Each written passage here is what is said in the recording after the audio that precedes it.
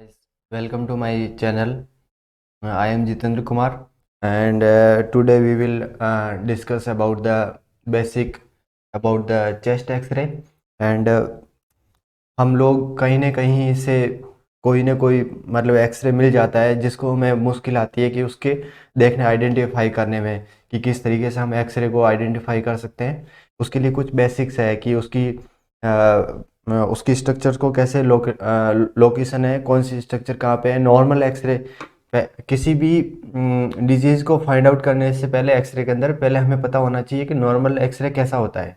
तो उसके बारे में हम बहुत सारी चीज़ें करेंगे, फिर हम कैसे आइडेंटिफाई करते हैं डिजीज़ को और वो सब चीज़ें देखेंगे। तो एक्चुअली में जो बेसिक एक्सरे होता है वो इस तरीके का होता है। जो नॉर्मल एपी व्यू है ये, तो एपी व्यू में एक्सरे इस तरीके का होता है और इसमें हम आइडेंटिफाई करते हैं कि कौन सी स्ट्रक्चर कहाँ पे है, कौन सी एनाटॉमिकल स्ट्रक्चर कहाँ पे है। तो उसके लिए ये है कि हमें सबसे पहले इस स्ट्रक्चर में आप क्लेविकल को देख पा रहे हैं, ये क्लेविकल है।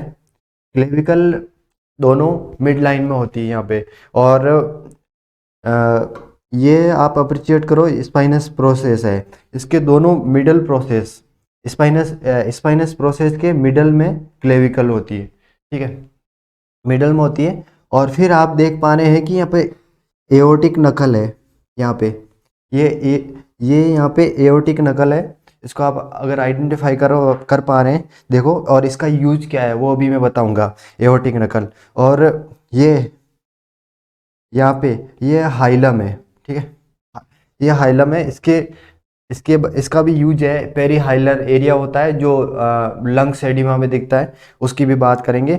और ये हार्ट स्ट्रक्चर है, यहाँ पे आप देख पा रहे हो, तो ये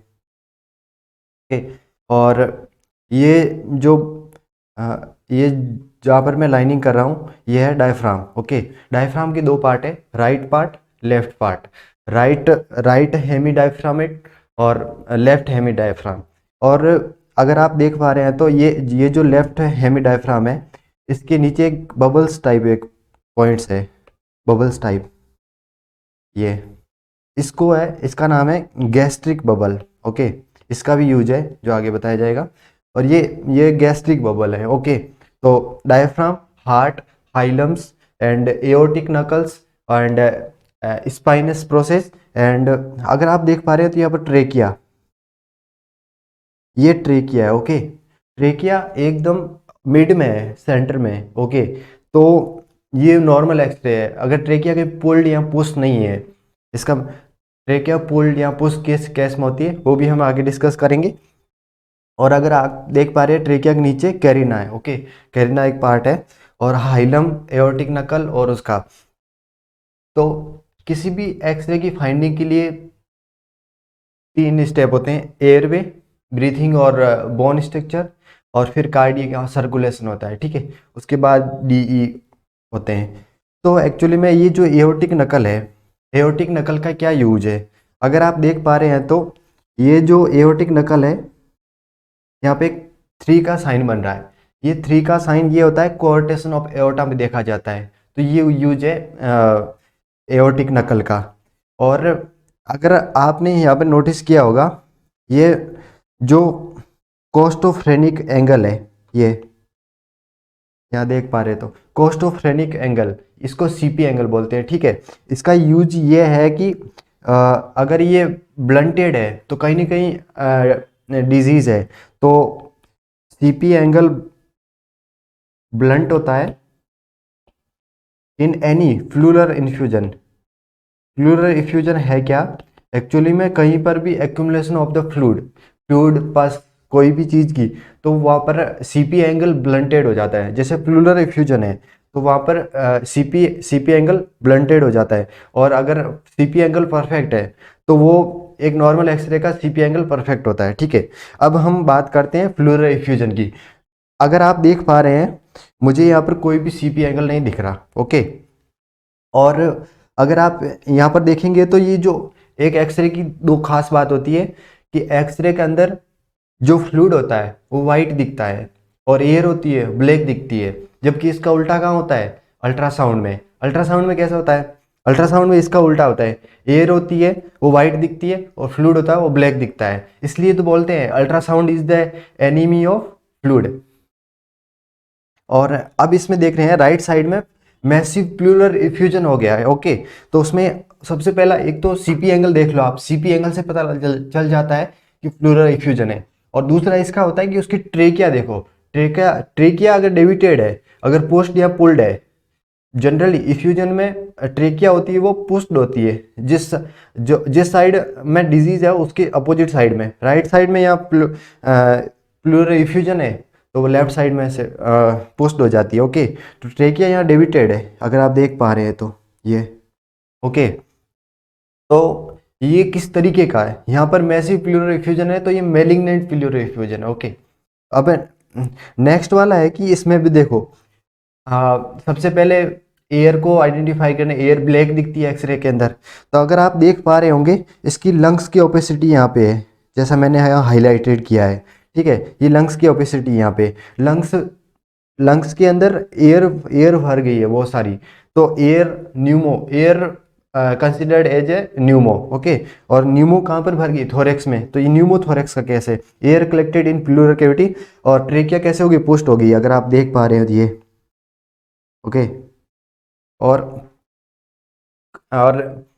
न्यूमोथोरेक्स में ट्रेकिया किस साइड होती है, अपोजिट साइड पोस्ट होती है। ओके, और सेम साइड में पुल्ट किस साइड में होती है वो भी मैं दिखाऊंगा। ओके, नेक्स्ट केस है, ये देखो यहाँ पर एक्चुअली में हुआ क्या है कि ये लंग्स कोलैप्स हो गया, पूरा का पूरा लंग्स कोलैप्स हो गया है, तो ट्रेकिया किस इस तरफ खिंच जाएगी। ओके, और उस साइड का ये नॉर्मल है। ओके, बट इस साइड खिंच गई है, तो ये किसका केस है, लंग्स कोलैप्स का। लंग्स कोलैप्स में ट्रेकिया सेम साइड में पुल्ड हो जाती है और पोस्ट होती है इफ्यूजन में, न्यूमोथोरेक्स में, इन सब चीज़ों में। ओके, और अब आ रहे हैं कि बहुत सारे ऐसे केस आते हैं जिस कंसोलिडेशन का मीन्स बहुत सारी ओपेसिटीज बन जाती है।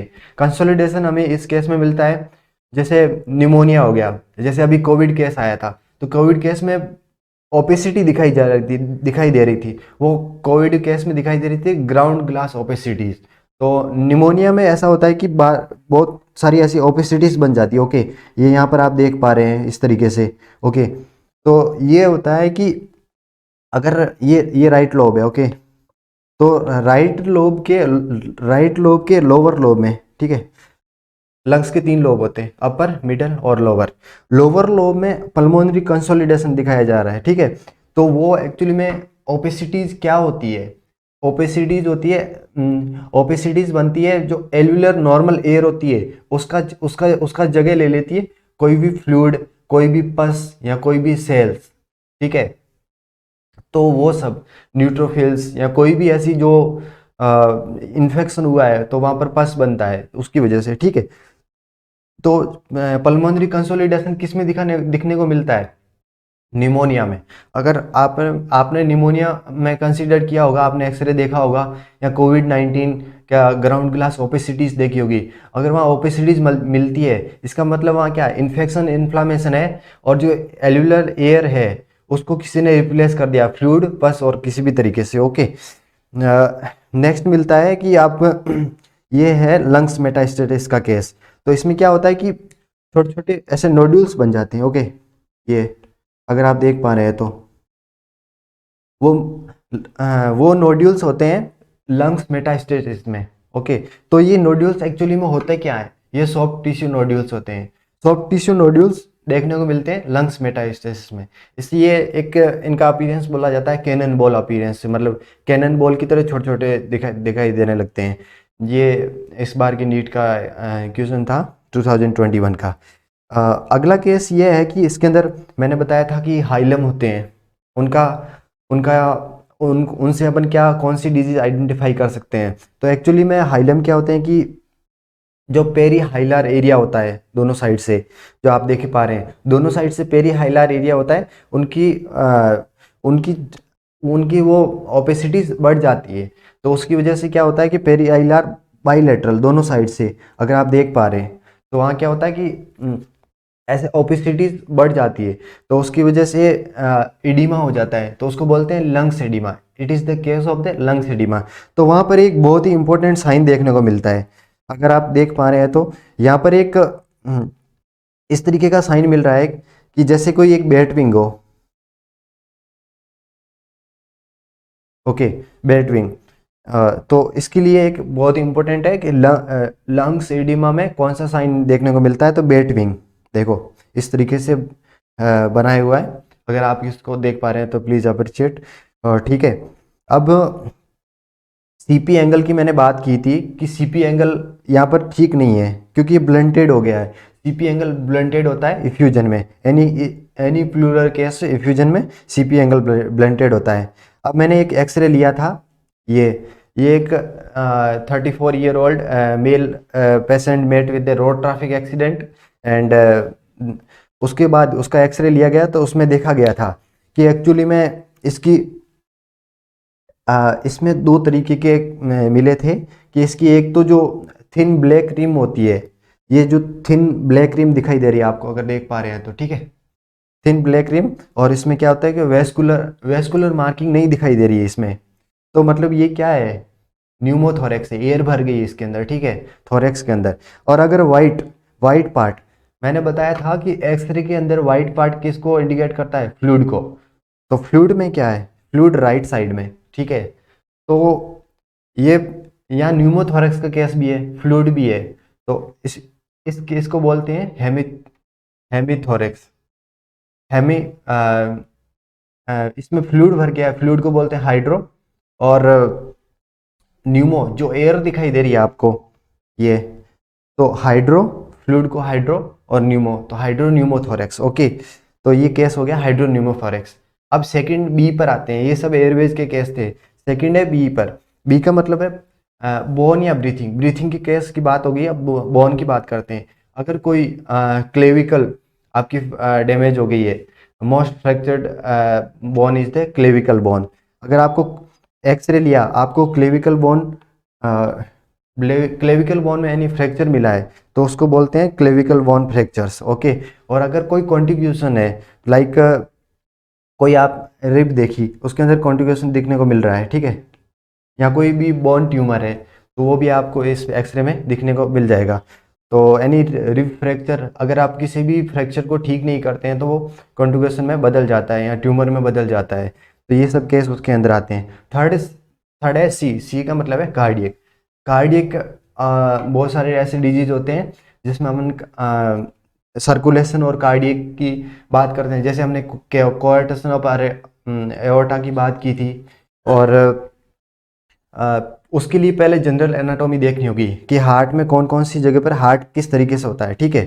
तो इसमें ये होता है कि देखो असेंडिंग एओर्टा आप देख पा रहे हैं, पल्मोनरी इस साइड होता है, राइट एट्रियम ये, और लेफ्ट वेंट्रिकल। तो एक्चुअली में होता क्या है कि जब लेफ्ट वेंट्रिकल हाइपरट्रोफी होती है तो ये एरिया बढ़ जाता है। ओके, जब ये एरिया बढ़ जाता है और राइट एट्रियम इस तरीके से, और ये एओर्टिक आर्च है ये, तो यहाँ से क्या होता है, एओर्टिक नकल। तो जो एओर्टा होता है उसमें 3 साइन देखने को मिलता है, वो कोआर्टेशन ऑफ एओर्टा में, वो इस एओर्टिक आर्च की वजह से देखने को मिलता है।